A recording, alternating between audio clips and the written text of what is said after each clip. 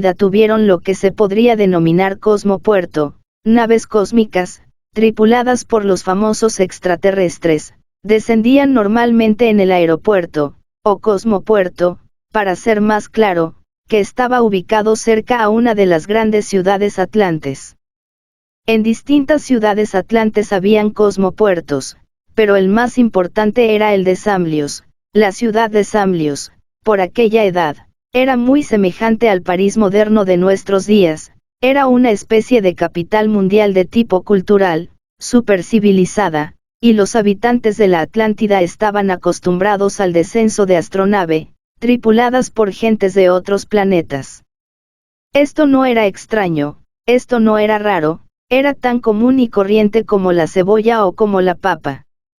Desgraciadamente, la civilización atlante fue decayendo, la gente utilizó las armas atómicas para la destrucción, lo mismo que en nuestra época. Se veía que la humanidad fue degenerando y entonces las naves se fueron haciendo menos frecuentes. Y cuando la humanidad degeneró totalmente, cuando se convirtió en una especie de civilización semejante a la nuestra, por su degeneración, entonces las naves cósmicas brillaron por su ausencia. Sin embargo, no quedamos abandonados del todo. La Atlántida se hundió entre el fondo de los mares, eso no lo podemos negar, a través de cataclismos espantosos. Hubo una revolución de los ejes de la Tierra, los mares se desplazaron, cambiaron de lecho, y la Atlántida al fin se acabó. Restos de la Atlántida son las Antillas, las Canarias, etc. Pero repito, no quedamos del todo tan abandonados, las naves cósmicas siempre surcan el espacio, nos visitan. Ya he narrado varias veces, ante el auditorio, pues, un caso concreto que a mí me sucedió, tuve contacto directo, personal, con los habitantes de otros planetas, ese contacto lo logré en el desierto de los Leones, Distrito Federal. Fue extraordinario. Hallábame en verdad en aquel bosque, cuando fui sorprendido por una nave que descendió lentamente hasta aterrizar en un claro del bosque. Movido por la curiosidad, me acerqué allí a ver qué pasaba. Grande fue mi sorpresa al ver, precisamente, sobre un trípode de acero, a una nave extraordinaria, maravillosa. Se abrió una portezuela y descendió por una escalerilla un hombre delgado, de mediana estatura, piel cobriza, ojos azules, amplia frente, nariz recta, boca con los labios delgados, oreja pequeña, recogida, manos cónicas, alargadas, como las de un Francisco de Asís o un Antonio de Padua. Llevaba en su diestra un aparato extraño, un instrumento mecánico que para mí era desconocido, etc. Tras él, descendió toda una tripulación, entre la que había dos damas de edad indescifrable. Extendí mi mano para saludarlo y como cosa curiosa, él también extendió su mano y la estrechó conmigo. Le saludé en nuestro idioma y él también contestó también en perfecto español, cosa que me sorprendió bastante, yo no sabía que los astronautas hablaran español. En fin, parece que es que tienen el don de lenguas. Así lo tengo entendido, pues, habló sin dificultad alguna. Le rogué me llevara a otro planeta, a Marte, le dije. Entonces me respondió, ¿dice usted a Marte? Sí, a Marte. Bueno, si eso está allí no más. Fue la respuesta. Me quedé perplejo. Allí no más. Le dije. Vaya, vaya.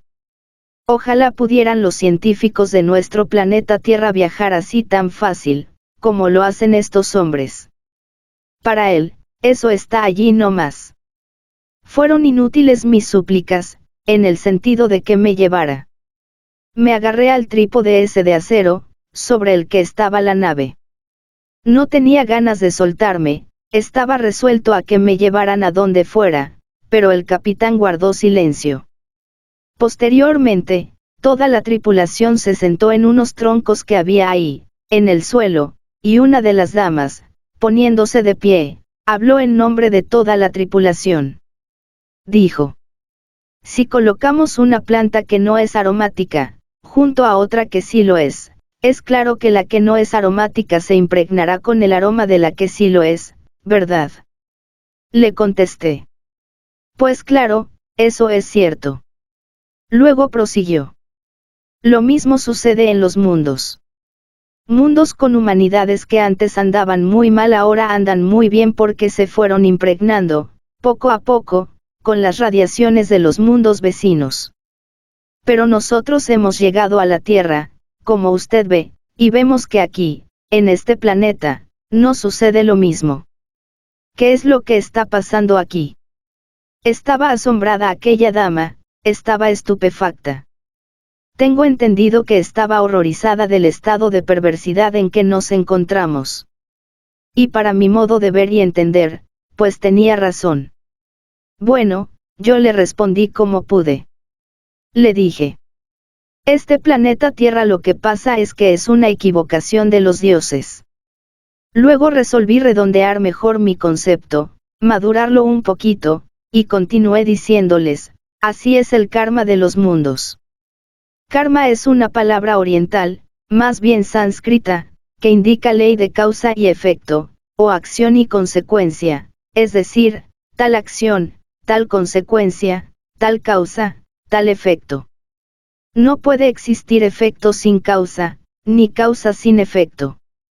Cualquier efecto puede convertirse en causa también, dentro de la ley del encadenamiento sucesivo, no. Pues bien, asintió la dama con su cabeza, haciendo una venia respetuosa. La otra dama asintió también, y los caballeros, todos, asintieron con una venia, también, de la cabeza. Bueno, yo me sentí satisfecho de que no había metido tanto la pata, ¿verdad? Traté de redondear el concepto lo mejor que pude y me resultó. Todos se pusieron de pie, para regresar a la nave. Yo vi que la cosa ya estaba grave, que se iban y no me llevarían, y yo tenía tantas ganas de ir. Me resolví, sencillamente, a reiterar mi demanda al capitán. Le dije. Yo soy un hombre, con perfecto sentido de responsabilidad moral, sé lo que estoy pidiéndole a usted, capitán. Necesito traer informes con datos de otras civilizaciones, pruebas de que existe vida en otros mundos. Estos terrícolas son muy difíciles, incrédulos en un 100%, estos no creen ni en su propia sombra. Yo conozco a los terrícolas, soy un habitante de este mundo y sé lo que son. Estos, ni llorándoles uno lágrimas de sangre le creen, son incrédulos, materialistas, groseros en un 100%. Bueno, no valió eso, nada de lo que dije. Al fin me respondió el capitán, y eso para mí fue como una dádiva maravillosa, diciendo. En el camino iremos viendo. Esto lo dijo a tiempo que levantaba su dedo índice, el dedo índice de la mano derecha. Bueno, fue para mí un consuelo, siquiera esa frase, aunque fuera esa. Sé que no son terrícolas, los terrícolas se burlan de uno. Estos no, estas gentes no, y esa frase, estoy seguro que la cumplirá. Pero, ¿a qué camino se refería el capitán? Entiendo que al camino de la sabiduría. Bueno, ahí estamos, avanzando un poquito más, ahí vamos con nuestras investigaciones. Tratamos de corregir nuestros defectos psicológicos, para ver si un día logramos que el capitán se acuerde de nosotros y nos lleve a conocer otros mundos habitados. Después, dichas tales palabras, aquel hombre extraordinario, seguido por su gente, regresó a la nave. Subió por una escalerilla, abrió una escotilla y penetró en la misma. Me retiré convenientemente y sin que ellos me lo exigieran. Comprendí, sencillamente, que la radiación podría acabar con mi vida, no. Y me retiré a cierta distancia para observar lo que pasaba. La nave aquella giró sobre su eje y se elevó a gran velocidad, hasta perderse en el infinito. Así, pues, tengo estos datos y los he comunicado aquí, a ustedes, con mucho gusto. Y es claro que la cuestión fue sorprendente.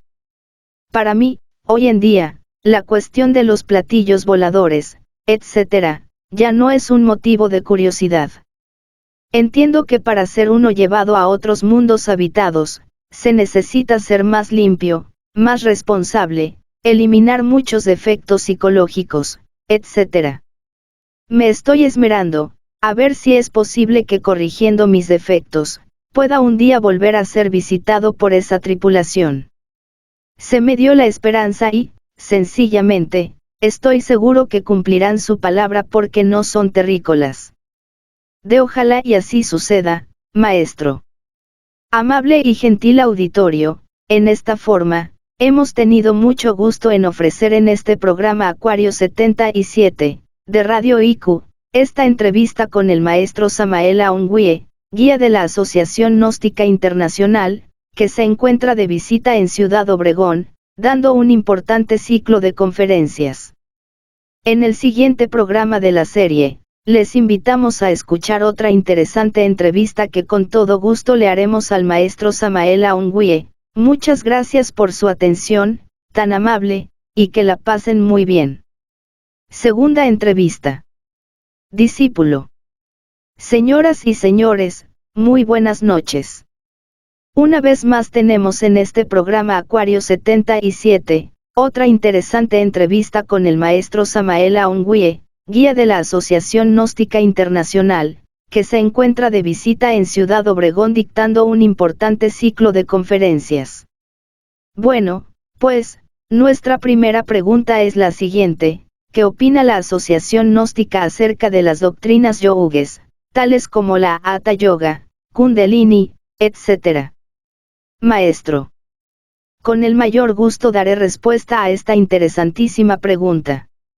Ciertamente, existen diversas escuelas yogis: Kundalini Yoga, Raja Yoga, Bhakti Yoga, Jnana Yoga, Hatha Yoga, Karma Yoga, etc. En modo alguno nos pronunciaríamos jamás contra ninguna de estas ramas de la yoga, mas estamos absolutamente seguros de que, en tanto continuemos con nuestros defectos de tipo psicológico, por muchos avances yogüicos que logremos, indubitablemente, continuaremos con la conciencia dormida. Me parece a mí que es indispensable pensar un poco más en psicología. La psicología ofrece sorpresas extraordinarias. En verdad que nosotros, los gnósticos, tenemos una psicología de tipo revolucionario, y antes que pensar en mucha Hatha Yoga, nos interesa, más que todo, la revolución de la conciencia. Estoy seguro que si las gentes comprendieran lo que es el yo, el mí mismo, se llenarían de profunda consternación. Si alguien pudiera mirarse en un espejo y verse de cuerpo entero, tal como es, huiría horrorizado. Y es que el yo, en realidad de verdad, existe dentro de cada uno de nosotros en forma pluralizada. Indubitablemente, cada uno de los elementos del yo es indeseable. En cada uno de nosotros hay odio, envidia, pereza, gula, fornicación, violencia, etc. ¿De qué serviría que nos volviéramos muy hábiles, por ejemplo en Hatha Yoga, si continuamos con todos esos elementos indeseables dentro de nuestra psiquis? Parece mejor, antes que dedicarnos a hacer las marometas de la Hatha Yoga, dedicarnos, en verdad, a corregirnos, a eliminar, de sí mismos, nuestros propios defectos psicológicos. La conciencia del ser humano está dormida, profundamente dormida, está metida, dijéramos, dentro de cada uno de los elementos psicológicos que poseemos, está embotellada entre el ego, entre el yo, entre el mí mismo. Podría decirse, con otros términos, que estamos todos sumergidos en un estado de hipnosis colectiva. Las gentes están dormidas. Sin embargo, ignoran que duermen. Las gentes están en trance hipnótico, pero ignoran que están en trance hipnótico, sueñan que están despiertas, pero no están despiertas. Solo desintegrando, en verdad, todos los elementos indeseables que en nuestro interior cargamos, podríamos lograr el despertar completo de la conciencia, y eso es lo fundamental. Cuando uno despierta, puede ver, oír, tocar y palpar todas las dimensiones de la